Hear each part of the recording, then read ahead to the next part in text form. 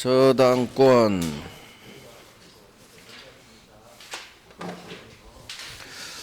유치권 다음 저당권. 자, 저당권은 갑이 은행을 찾아가요. 담보대출 받으러 갑니다. 1억을 빌립니다. 이걸 금전 소비대차 계약 그래요. 돈을 빌리는 계약. 물건을 월세로 빌리면 임대차, 돈을 빌리면 소비대차 계약 그래요. 자, 은행은 1억 담보대출에 대한 채권자가 되고 갑은 돈을 갚아야 할 채무자가 돼요. 그럼 은행은 그냥 돈을 빌려주지 않죠. 담보 주세요. 담보 주세요. 자기 소유 부동산에 저당권을 설정한다는 저당권 설정 계약을 하고 을 앞으로 저당권이 설정됐다는 설정 등기를 하면 을은 저당권이라는 물권을 취득해요. 저당권자가 되고 채무자 갑은 저당권을 설정해 준 사람, 저당권 설정자가 돼요. 그래서 항상 왼쪽 소유자가 설정자, 제한물권 파트는 오른쪽이 권자가 돼요. 지상지역 전세 저당권자. 자, 그러면 저당권은 이와 같이 계약을 통해서 취득하는 게 거의 99%예요. 99.9%. 그래서 첫 번째, 저당권의 취득. 설정 계약 플러스 등기를 하면 저당권자가 됩니다. 저당권 취득. 자, 그러면 채권자가 저당권자가 되는 거예요. 이 설정 계약의 당사자를 봅니다. 설정 계약의 당사자. 채권자가 저당권자가 돼요. 부종성에 따라서 채권도 없는 놈이 지 앞으로 저당권 등기를 박았다. 즉 채권자 아닌 제3자가 저당권자로 등기를 박으면 이놈 등기는 유효일까요? 무효일까요? 채권자 아닌 채권도 없는 놈이 저당권 박으면 안 돼요. 부종성에 반해요. 반드시 채권자가 저당권자가 돼야 되기 때문에 채권자 아닌 제3자 명의 저당권 등기는 무효예요. 무효. 이게 원칙이에요. 원칙. 예외는 나중에 보고 거의 안 나와요. 예외는 시험. 그래서 채권자가 저당권자가 됩니다. 부종성에 따라. 채권자 아닌 제3자 명의의 저당권 등기는 무효다. 그러면 설정해준 놈, 설정자는 보통 채무자가 설정계약의 당사자가 돼요. 설정자가 돼요. 하지만 담보대출을 받으려는 갑한테, 채무자한테 부동산이 없어요. 담보를 요구하는데 은행은 저당권이 될 수 있는 놈은 부동산이에요. 부동산. 동산은 안 돼요. 토지하고 건물에만 저당권이 설정되는 거예요. 즉 저당권의 객체는 등기가 되는 거에만 저당권이 들어갈 수 있는 거예요. 그런데 갑한테는 아무런 땅도 없어, 건물도 없어요. 지 명의 부동산이 하나도 없어. 그러니까 을이 그래요. 은행이 데리고 와요. 데리고 와. 누구를? 아버지를. 아버지, 형님, 언니, 누나 데리고 와. 다른 놈 부동산도 받아요. 그래요. 그래서 채무자 갑이 제3자, 자기 형제, 부모님, 친구 꼬셔다가 데리고 옵니다. 제3자 소유 부동산도 담보로 잡아줘요. 즉 설정자는 채무자도 될 수 있고 제3자도 될 수 있어요. 그러면 아버지 모시고 왔다고 해봐요. 아버지 소유 부동산을 담보로 제공합니다. 이 3자를 아파트, 지 아파트로 채무자를 보증서 줬다 해서 물건으로, 아파트로, 물건 위에 보증을 쓴 사람, 물상 보증인 그래요. 그래서 아버지 소유 아파트 담보 잡아줍니다. 그래서 설정자는 채무자도 될 수 있고 제3자도 될 수 있어요. 이게 저당권자하고 다른 점이에요. 저당권자는 채권자가 돼야 돼요. 따라 채권자 아닌 놈이 저당권자가 됐다. 부종성에 반해서 무효예요. 무효. 하지만 설정자는 채무자도 될 수 있고 아버지 제3자도 될 수 있고 제3자를 물건으로 보증을 선 사람 물상보증인 그래요. 우리가 이 앞주에 있던 물상대위하고 헷갈려요. 처음에는 자 단어로 한자로 그래서 풀어야 돼요. 물건 위로 보증을 섰어. 물상보증인 아버지를 말하고 물상대위는 같이 변형된 보험금 위로 저당권이 대신 들어가는 성질이에요. 물상대위성. 그래서 한자로 풀면 안 헷갈려요. 자, 설정자는 채무자도 되고 삼자도 됩니다. 자, 저당권의 객체. 저당권이 들어서는 것은 등기 등록되는 것만 들어서요. 그래서 부동산이 저당권의 대상이 되고 부동산은 물건이에요. 물건 이외에 권리도 저당권 잡아줍니다. 담보 잡아줘요. 딱 두 개밖에 없어. 민법은 지상권, 전세권. 지상 전세권이라는 물건, 부동산 물건이죠. 물건 아닌 권리도 저당권의 객체가 될 수 있어요. 되는 놈은 딱 두 놈. 지상 전세권 담보 잡아줍니다. 그래서 지상 전세권에 저당권이 들어설 수 있다. 이게 저당권의 객체에 관한 문제. 이놈들은 당사자에 관한 문제. 목차가 이렇게 돼요. 그다음 저당권이 붙어있는 채권을 피담보 채권이라고 하는데 이 채권은 보통은 돈 빌려주는 금전 채권일 확률이 거의 99%예요. 하지만 꼭 돈 빌려준 채권에 한정되진 않아요. 저당권이 들어서는 피담보 채권은 꼭 금전 채권에 한하지 않아요. 돈 아닌 물건 주세요. 여기에도 저당권이 들어설 수 있어요. 그래서 이건 이거밖에 안 나와요. 저당권의 피담보 채권은 돈 빌려주는 금전 채권에 한하지 않는다. 물건에 대한 인도해달라는 물건, 인도 채권도 다 저당권이 들어설 수 있다. 그래서 앞으로 저당권의 피담보 채권은 다 된다. 그렇게 생각하면 돼요. 다 된다. 즉 은행은 모든 채권을 다 저당권 설정해 버립니다. 자, 이게 저당권에서 기초예요. 기초. 저당권의 피담보 채권 시험에 그대로 나와요. 금전 채권에 한하지 않는다. 이거 시험에 나오고 그다음 저당권의 객체는 부동산, 토지 건물, 동산 안 돼요. 권리 두 개, 지상, 전세권 여기에 저당권이 들어선다. 객체에 관한 문제. 자, 설정객의 당사자 부종성에 따라 채권자가 저당권자가 됩니다. 따라서 채권자 아닌 채권도 없는 놈이 저당권 받으면 이건 부종성에 반해요. 그래서 이놈 등기, 저당권 등기는 무효. 하지만 설정자는 채무자도 될 수 있고 제3자도 될 수 있다. 이 3자를 물건으로 아파트로 보증서 준 사람 물상보증인 그래요.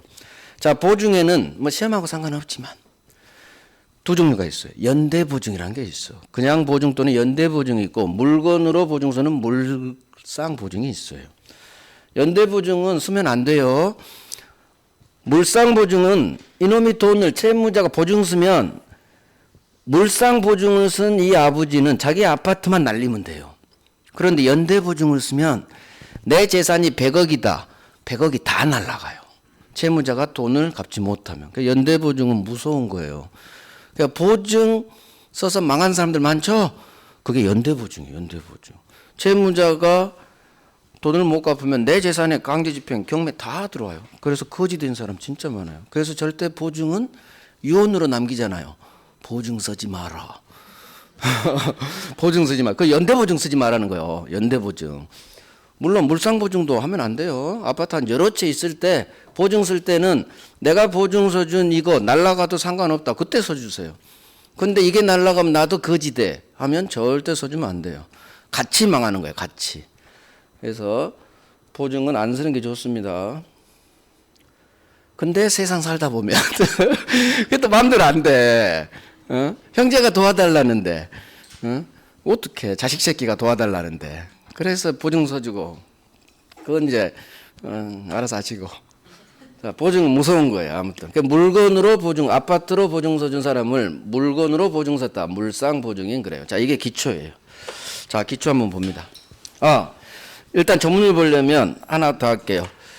저당권은 자, 갑이 담보로 제공한 부동산 점유 넘겨줘요, 안 넘겨줘요? 은행한테 안 넘겨줘요. 저당권은 점유를 하지 않아요. 즉 여전히 설정자인 갑이 이 건물을 사용하고 여기서 월세 받아요. 월세. 그래서 저당권은 은행한테 점유 안 넘겨줍니다. 은행은 등기만 받지 점유하지 않아요. 그러면 여기서 성질이 나오죠. 점유하지 않으니까 저당권에 침해가 발생했을 때 저당권이라는 물권이 침해된 경우 항상 물권적 청구권이 나와요. 세 가지가 있죠. 나에게 돌려주세요. 반환. 방해 치워주세요. 방해 제거. 예방조치 좀 해주세요. 방해 예방. 이 세 가지 중 저당권에 인정되지 않는 놈이 하나가 있어요. 어떤 게 인정이 안 돼요? 그렇죠. 반환 청구권은 인정되지 않아요. 지역권하고 저당권. 이유가 이거예요. 점유하지 않으니까 반환은 필수적으로 내가 점유할 수 있도록 나에게 돌려주세요. 이 개념이에요. 근데 점유하지 않으니까 은행이 나한테 돌려줘 하면 안 되겠죠. 그래서 지역권하고 똑같이 저당권도 반환 청구권은 인정되지 않아요. 이런 게 되게 잘 나와. 이것도 한 4번 이상 나왔을 거예요. 지역권도 잘 나오고 저당권에서도 잘 나와요. 그래서 점유하지 않는다. 여전히 설정자가 사용합니다. 설정자가. 그래서 이건 다 알아요. 우리가 저당권이 그래도 제일 많이 들어봤잖아요. 저당권이. 그렇지. 은행이 내 아파트 담보로 잡은 거 지가 갖고 가지 않지. 내가 여전히 살면서 등기만 박아주는 거예요. 점유하지 않는다. 자, 이제 조문 봐요. 저당권의 내용. 저당권자는 을은 채무자 갑 또는 제3자 아버지가 점유를 이전하지 아니하고 지채무 담보로 제공한 부동산에 대하여 다른 채권자보다 자기 채권에 대한 우선 변제를 받을 권리가 있다. 그러면 어디에 밑줄 치느냐? 채무자 밑줄, 제3자 밑줄. 점유를 이전하지 아니하고 밑줄. 부동산 밑줄. 우선 변제권 밑줄. 자, 저당권 밑줄 쳐주셨으면 저당권은 그러면 왜 박았느냐? 지채권에 대해서 자기보다 나중에 등장한 놈, 후순위 권리자, 기타 다른 담보 없는 일반 채권자를 제껴버리고 지채권을 우선 변제받을 수 있는 우선 변제권을 줘요. 저당권, 담보물권은 항상 채권이 주, 담보물권이 종이에요. 주된 권리, 종된 권리, 주, 종의 관계에서 부종성에 따라. 그래서 저당권은 지채권 확보 때문에 저당권이 필요한 거예요. 오로지 돈 회수할 목적으로 저당권을 받은 거예요. 그래서 피담보 채권이 주, 저당권은 종된 권리라고 해요. 그래서 지채권을 다른 놈보다 우선해서 받을 수 있는 우선 변제권을 줍니다. 우선 변제권. 이 우선 변제권을 위해서 세트 등장하죠. 경매권을 줘요. 경매권을. 그래서 갑이 돈을 갚지 않으면 은행은 경매로 날려버려서 거기 매각대금에서 우선 변제 받는 거예요. 우선 변제가 나왔다는 얘기는 경매 대가에서 우선 배당 받는 거예요. 그러니까 변제란 말은 배당을 말해요. 사실은. 일상 현실에서는 우선 변제가 안 나와요. 오로지 경매에서 우선 변제예요. 경매 매각대금에서. 그래서 저당권은 우선 변제권이 있다. 자, 내용 봅니다. 의, 성질. 하나씩 읽고 이의 바탕 위에서 나중에 외우는 거예요. OX 골라질 정도로. 저당권은 점유하지 않는다. 그렇지. 은행은 등기만 받지. 이해됐어. 자, 저당권자는 지채권에 대한 우선 변제권이 있다. 그렇지. 우선 변제권을 위해 경매권도 있다. 경매권도 줍니다. 피담보 채권이 주인, 저당권은 종된 권리, 주종에 관계 있어요. 그래서 부종성, 수반성, 불가분성, 물상대의성 4개 모두 인정. 부종성, 피담보 채권이 있어야 저당권 태어나고 소멸하면 채권이 소멸하면 저당권도 따라서 죽는 성질, 부종성. 수반성, 수반해서 함께 이전합시다. 주인이 팔리면 종놈도 쩔쩔쩔 쫓아가는 성질, 함께 이전. 불가분성, 이 합주한 거 복습하는 거예요. 들리면은 이해가 된 거야. 불이야 불, 가분이 안 돼. 채권 전부 다 받을 때까지 저당권의 힘은 목적물 전부에 미치는 성질. 전부. 물상돼 있어. 좀 이따 해요 이건.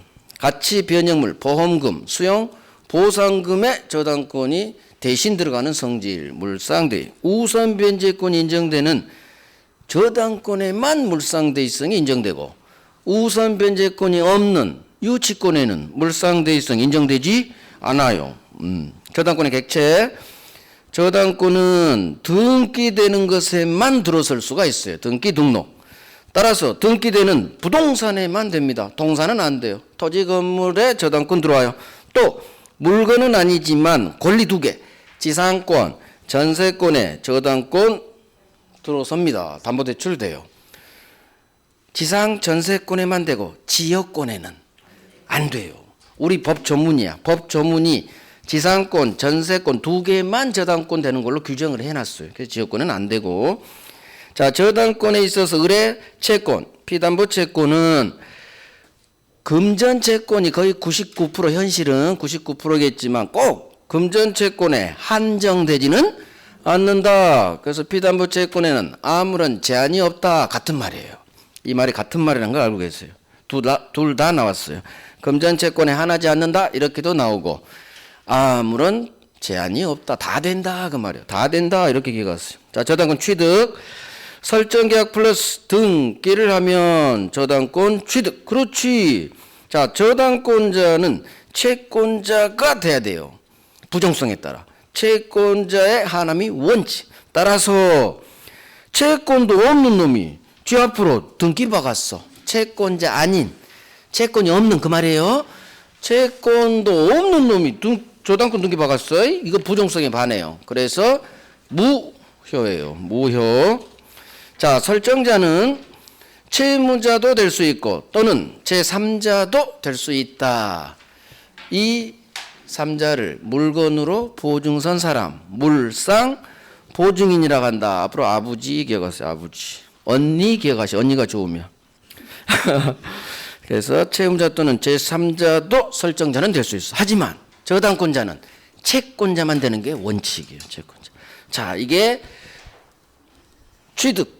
그 다음에 의 및 성질을 봤어요. 자, 이제 두 번째 목차. 여기까지는 지금까지 본 건 기초예요. 시험에 잘 안 나와요. 5년, 7년에 한 번씩 나와. 5년, 7년. 기초했고, 저당권은 2문제 내지 3문제 나오는지 여기서부터 나와요.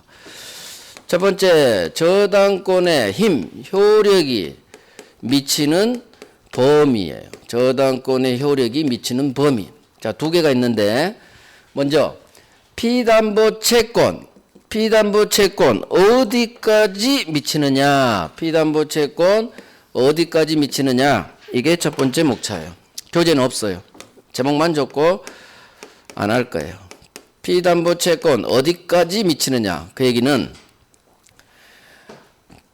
경매로 날렸어요. 경매로. 자, A가 낙찰을 받았는데 2억을 받았다고 해봐요. 2억에 낙찰 받았어요. 그러면 을이 갑한테 받을 돈은 1억이죠. 1억 원금이라고 해봐요. 그러면 낙찰대금 2억에서 을이 자기 채권 얼마를 땡기느냐, 우선 변제받느냐, 이게 저당권의 힘이, 효력이 비담보 채권, 내 채권 어디까지 미치느냐, 그 문제예요. 그래서 법 조문이 하나 있어요. 이건 잘 안 나와요. 그래서 오늘 안 해요. 1월 달에 할 거고. 두 번째, 저당권의 효력, 힘이 저당자분, 저당 목적물 어디까지 미치는지, 목적물 어디까지 미치는지. 자, 부동산을 담보로 잡았죠. 그러면 토지 또는 건물, 내가 잡은 토지 어디까지 내 저당권의 힘이 미치느냐, 그 말이에요. 여기가 굉장히 중요해요. 시험은 저당권에서 가장 많이 나온 파트가 여기에요. 자, 법 조문에 있어요. 첫 번째, 일단 제목을 얘기할게요. 저당 부동산에 내가 담보 잡은, 은행이 담보 잡은 저당 부동산, 토지 건물에 누군가 붙여버렸어. 나중에 또는 그 전에 부합물, 부합된 물건에도 미친다. 저당권의 힘이 미쳐요. 설명은 좀 이따 할게요. 두 번째, 저당 부동산에 종속된 물건, 종물에도 미친다. 물건이 종놈이면 종물, 권리가 종놈이면 종속됐다면 종된 권리 그래요. 종물은 종속된 것이 물건이냐 권리냐에 따라 종물, 종된 권리 그래요. 같은 놈이에요. 부합물에 미쳐요. 종물에도 미쳐요. 그러면 종물이 뭐냐? 우리 시험에 한 번도 나온 적 없어요. 우리 시험 범위가 아니기 때문에. 그냥 부합물은 뭐가 부합되고 안 되고 이건 소유권에서 배워요. 그러니까 얘는 막 나와. 하지만 종물은 나오지 않아요. 그래서 그냥 주된 물건의 사용을 위해서 필요한 물건, 종놈 그렇게 생각하세요. 종된 권리만 나와. 종된 권리 예. 이건 나중에 할 거예요. 부합물에 미쳐요. 종물에 미쳐요. 같은 종놈인 종된 권리에도 저당권의 힘이 미쳐요. 그러면 부합물에 미쳐요. 종물에 미쳐요. 종된 권리에 미쳐요. 세 개 미쳐요. 그 다음 가치가 변형된 물건에도 저당권의 힘이 미쳐요. 가치가 변형된 물건 하면 빨리 보험금, 수용, 보상금 생각하세요. 즉 여기서 물상대위를 배워요. 그래서 보험금, 보상금에 대신 들어갈 수 있는 힘, 저당권의 힘이 가치 변형된 물건, 보험금, 수용, 보상금에도 미친다. 자, 저당권의 힘이 미치는, 목적물에 미치는 범위 네 놈 배웠어요. 부합물에 미쳐요. 종물에 미쳐요. 종된 권리에도 미쳐요. 가치 변형물에도 미쳐요. 하지만 과실에는 저당 목적물에서 발생한 월세, 과실에는 저당권의 힘이 미치지 않아요. 자, 저당 목적물 이 아파트 누가 사용해요? 설정자가. 얘가 사용하지 은행은 노타쳐요. 따라서 사용하면 사용이익, 지가 살지 않고 임대세 주면 월세, 이게 과실이에요. 과실. 과실은 부동산에서 발생하는 열매, 월세를 말해요. 차임채권. 그래서 차임채권, 과실에는 저당권이 노타치입니다. 은행이 갑이 세줘서 받는 달에 100씩 받는 월세를 저당권은 노타치예요. 노타치. 월세는 갑이 챙기는 거예요.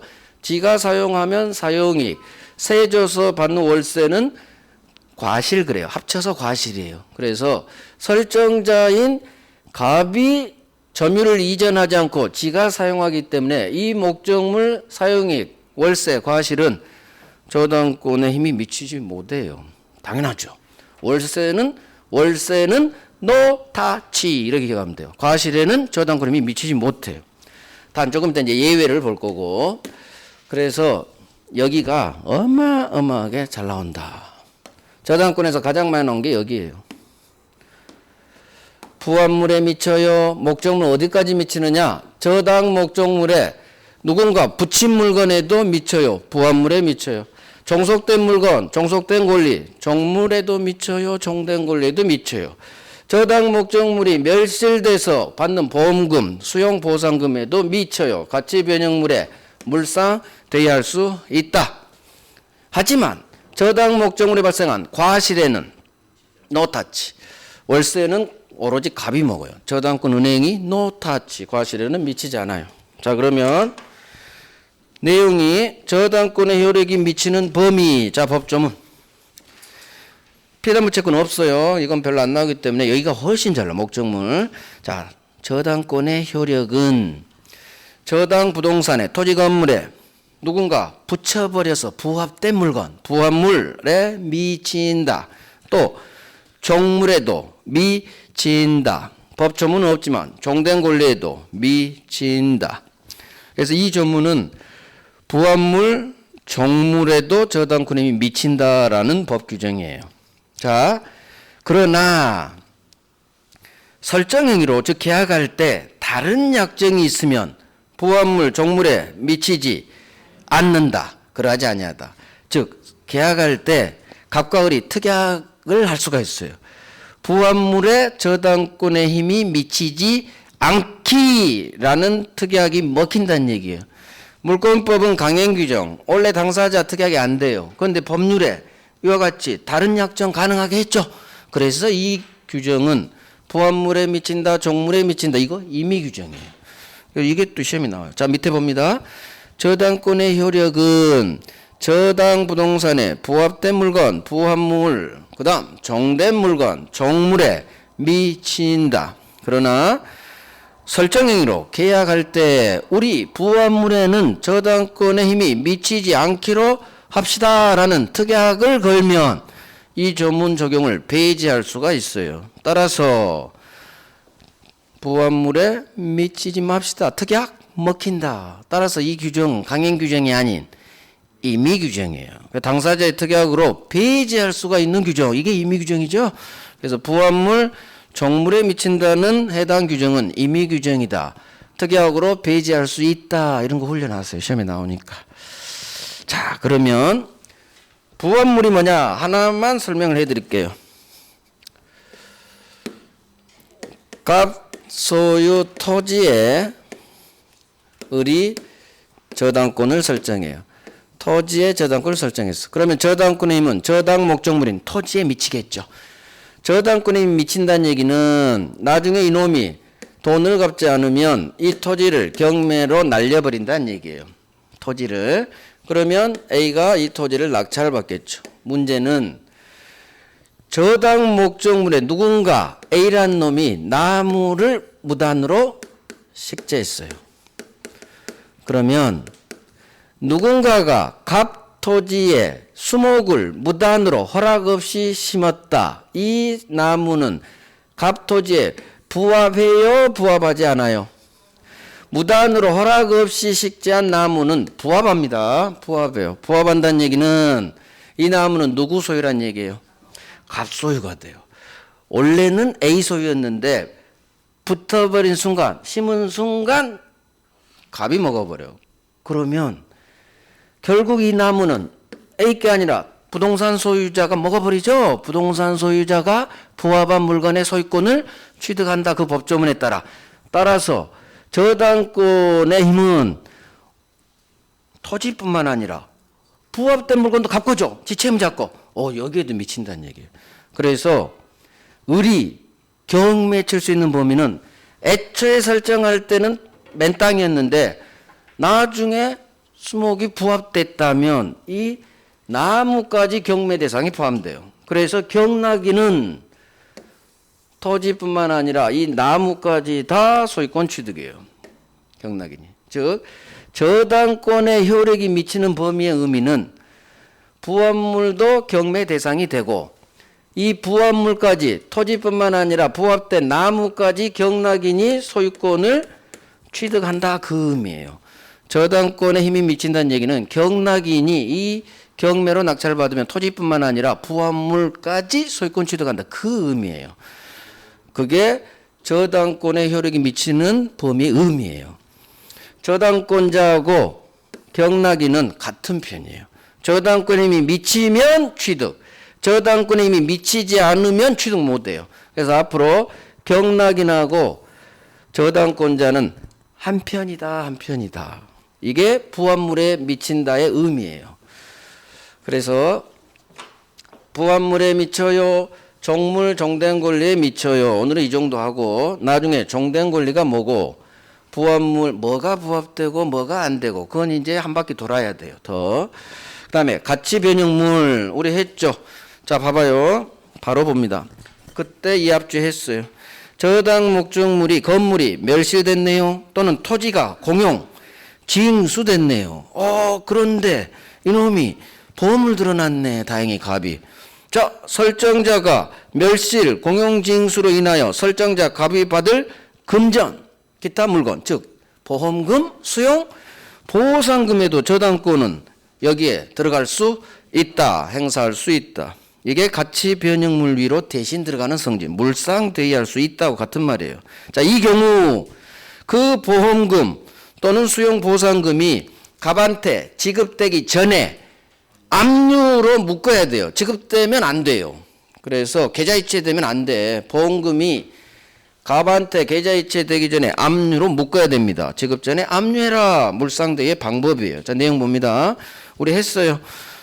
멸실 또는 공용징수, 토지 수용을 말해요. 공용징수로 설정자가 받게 되는 금전 기타 물건, 가치가 변형된 물건 여기에 저당권자가 물상대할 수 있다. 그래서 물상대의 되는 놈이 있고 안 되는 놈이 있는데 지금 되는 놈 보험금 채권, 수용 보상금 채권이에요. 채권. 청구권이 채권이에요.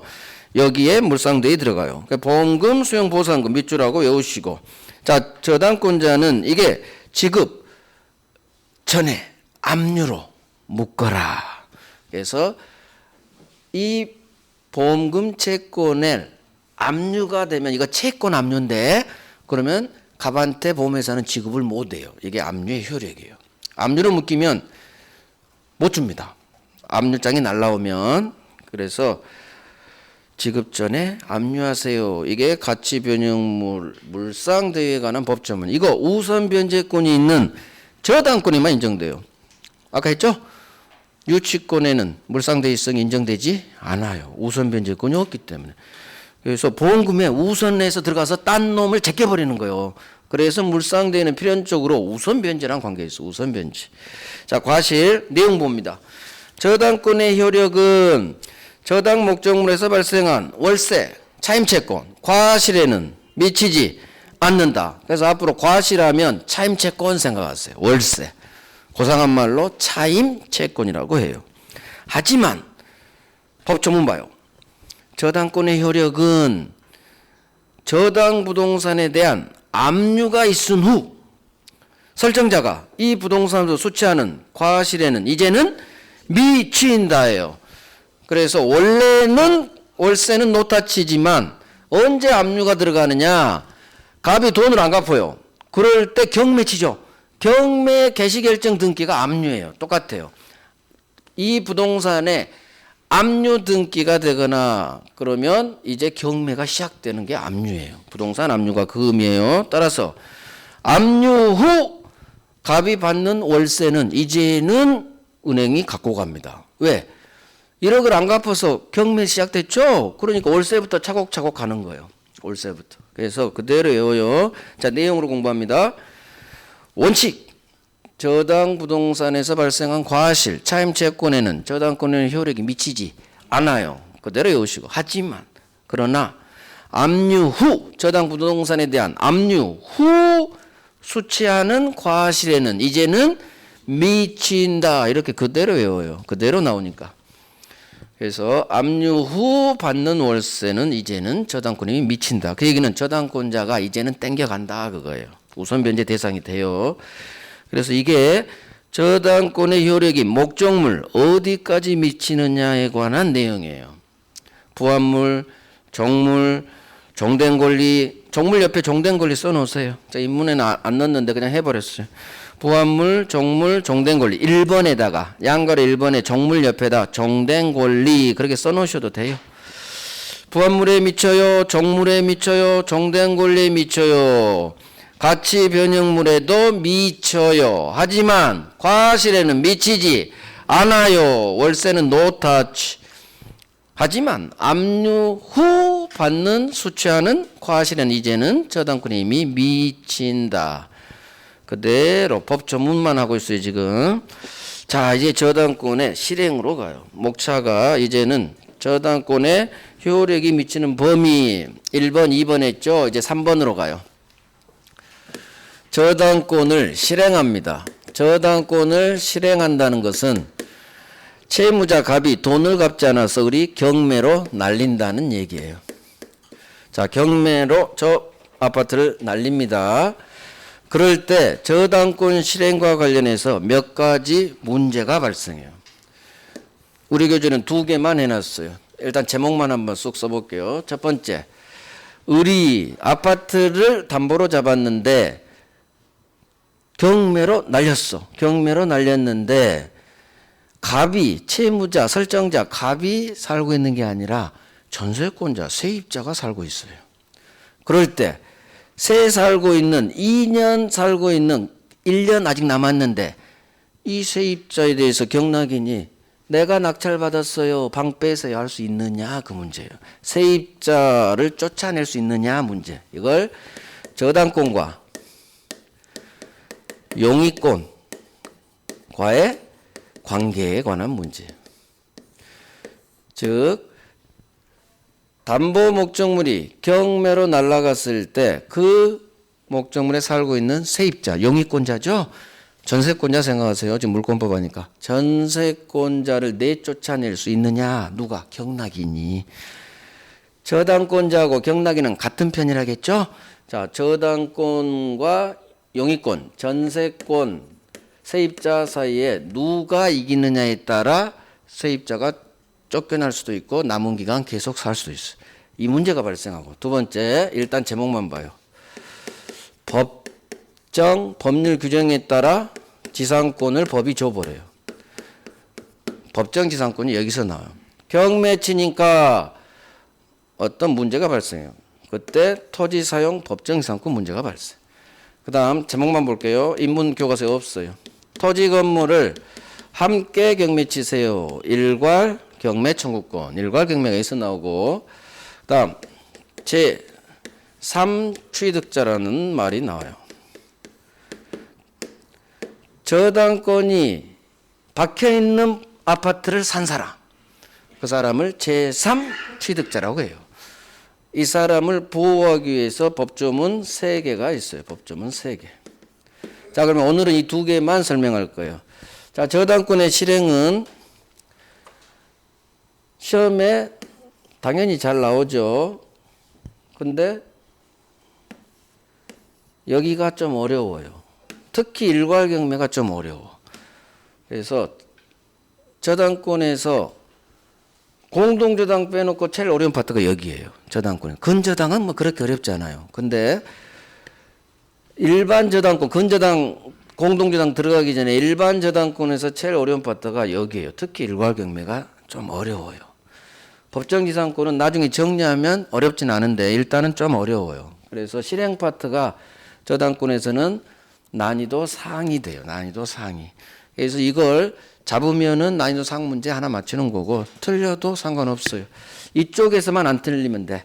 기초, 의미, 성질, 취득 관련 이거 난이도 하고, 그다음에 효력이 미치는 범위 이거 난이도 중급이에요. 중급. 상급은 아니에요. 여기서 나오면 무조건 장담은 못하지만 그래도 맞춰주시고, 이쪽 실행 파트에서 특히 일괄 경매가 나오면 좀 어려워요. 그래서 이 부분은 하긴 하되 틀려도 어차피 난이도 상이야. 이쪽 문제는 무조건 틀려도 아무 상관없어. 합격 전선에 아무 상관없어. 고득점에 이상 있는 거지. 고득점에 이상 있는 거지. 합격 전선에는 아무 이상 없어요. 그래서 공부해 보시고 어려우면 버려버려요. 진짜요. 절대평가의 좋은 점. 해보다가 해도 돌아버리겠어. 버려버립니다. 그게 나온다는 보장이 없어. 그러니까 너무 어려운 걸 끌고 가려고 하지 마세요. 과감히 버려버릴 수도 있어요. 쉬운 파트에서 절대 실수하지 않는다. 그 작전으로 가야 돼요. 우리 시험은. 자, 그러면 저당권과 용의권과의 관계 이거 설명합니다. 갑이 지 아파트를 담보로 을에게 저당권을 설정했죠. 1억 담보대출 이렇게 했죠. 근데 못 갚았죠. 경매로 날립니다. 그런데 이 아파트에 갑이 사는 게 아니라 전세권자가 살고 있는 거예요. 기간은 2년인데 1년쯤 사는 시기에 경매로 날라갔어. 자, A가 낙찰받았어. 경락인. 자, 그럴 때 경락인은 세입자한테 얘가 경락받으면 매각대금 완납한 때 소유권 취득이에요. 나 소유자니까 당신 방 빼세요. 자, 전세권자는 물권자죠. 물권자니까 막 나 들이댈래. 아, 그렇지가 못해요. 그렇지가 못해. 순서를 봐야 돼요. 저당권하고 전세권이 있잖아요. 그럴 때 얘가 남은 기간 살려면 경락인에게 이기려면 이 저당권을 이겨야 돼요. 같은 편이니까. 그래서 저당권을 실행했을 때, 경매 쳤을 때 용의권자, 세입자가 있을 때 이 세입자, 용의권자가 쫓겨나느냐 남은 기간 계속 사느냐 문제는 저당권하고 전세권하고 누가 이기느냐 싸움이에요. 그러면 물권 대 물권이죠. 제한물권 대 제한물권의 우열이에요. 누가 이기고 지느냐는 성립선후에 따라 결정돼요. 성립선후. 즉 먼저 성립한 놈이 이겨요. 그러면 경우수가 두 개가 나와요. 첫 번째, 5월 1일 날 A란 놈이 세 들어갔어. 용의권. 전세권자 A가 5월 1일 날 등기 박았어요. 그런데 저당권이 언제 생겼느냐? 몇 달 후, 5달 후 갑이 담보대출 일으키고 저당권 박았어. 저당권이 나중, 용의권이 먼저, 선후죠.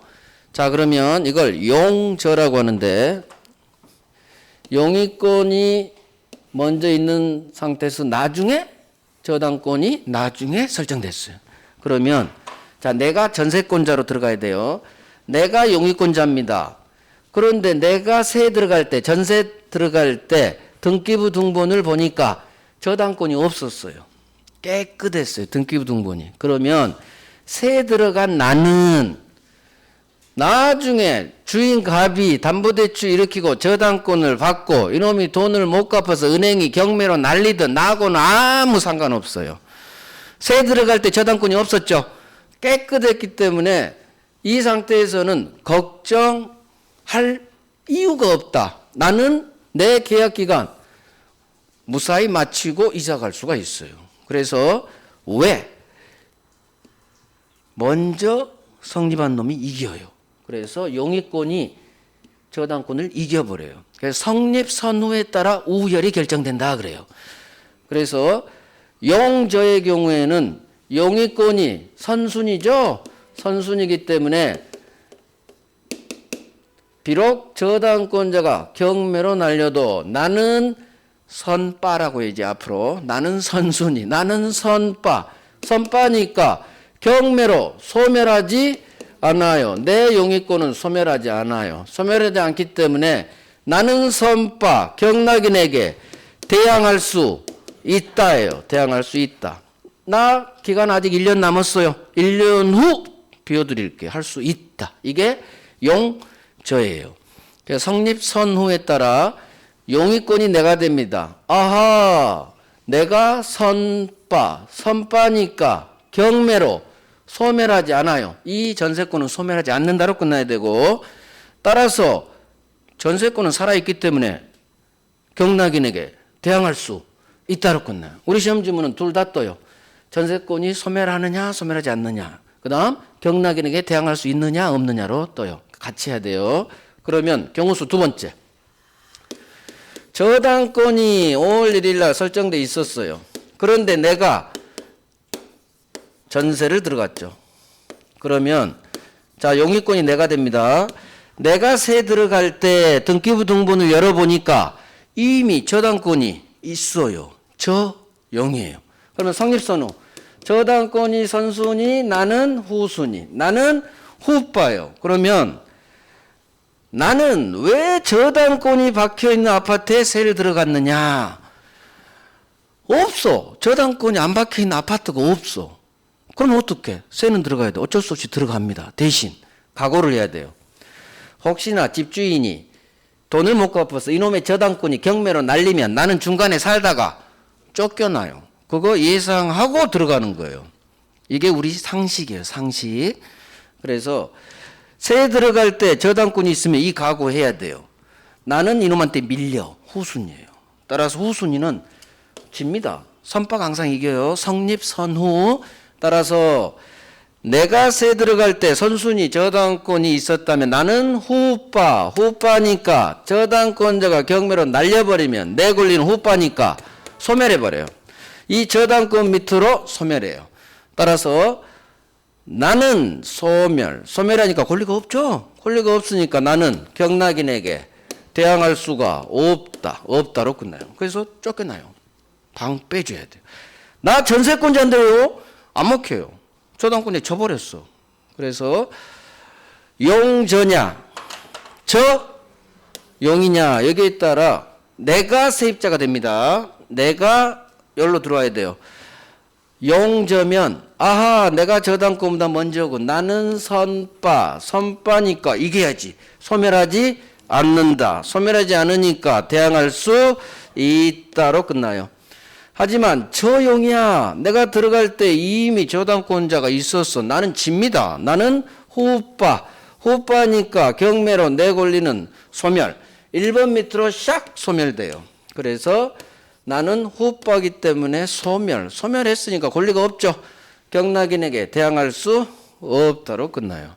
용저냐 저용이냐 이렇게 풀어가면 돼요. 이건 애우는 게 아니라 풀어가는 거예요. 어렵잖아요.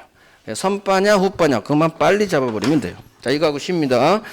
저당권과 영위권과의 관계. 자 경매가 되면 모든 저당권은 소멸. 이것도 잘 나와요. 그래서 경매가 되면 모든 저당권 만약 저당권이 5개 있었다. 5번이 경매 쳤다. 1번부터 다 소멸해요. 모든 저당권은 다 소멸 나중에 해요. 그 다음 저당권과 제3자의 용익권과의 사용수익권 전세권과의 우열은 저당권과 이 용익권의 성립 선후에 따라요. 이게 제한물권 간 상호 간의 우열 결정 기준 성립 선후 밑줄. 자 오른쪽 갑니다. 따라서 시험 지문이에요. 이게 자 저당권보다 먼저 설정된 지상권은 그러면 여기서 스톱. 뭐가 빠르다는 얘기가 지상권이 먼저 설정됐죠. 자 나는 선빠야. 선빠니까 경매로 내 권리 지상권은 소멸하지 않는다. 선빠니까 소멸하지 않아. 따라서 소멸하지 않으면 세트 경락인에게 대항할 수 있다. 하지만 밑에 저당권이 설정된 후 설정된 전세권. 그러면 나는 저당권한테 밀렸죠.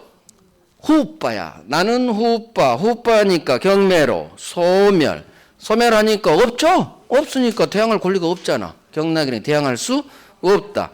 그래서 첫 번째 줄이 용저에 써놔. 용저 순서대로 제가 세로 적어요. 용저에 관한 거고 두 번째가 저용이에요. 그래서 내가 용익권자가 돼서 저당권보다 먼저 설정됐는지 저당권보다 나중에 설정됐는지에 따라 결론이 완전히 다르니까 용저냐 저용이냐. 그래서 이 두 개 별 3개 하세요. 이 두 개. 그래서 저당권과 용익권과의 관계는 성립 선후에 따라 결정된다. 거기 밑줄 하시고 왼쪽에 성립 선후. 그래서 선빠 후빠가 나와요. 용저냐 저용이냐. 나중에 저용 저유까지 해요. 그건 이제 나중에 할 문제고. 자 10분간 쉬고 법정상권 들어갑니다.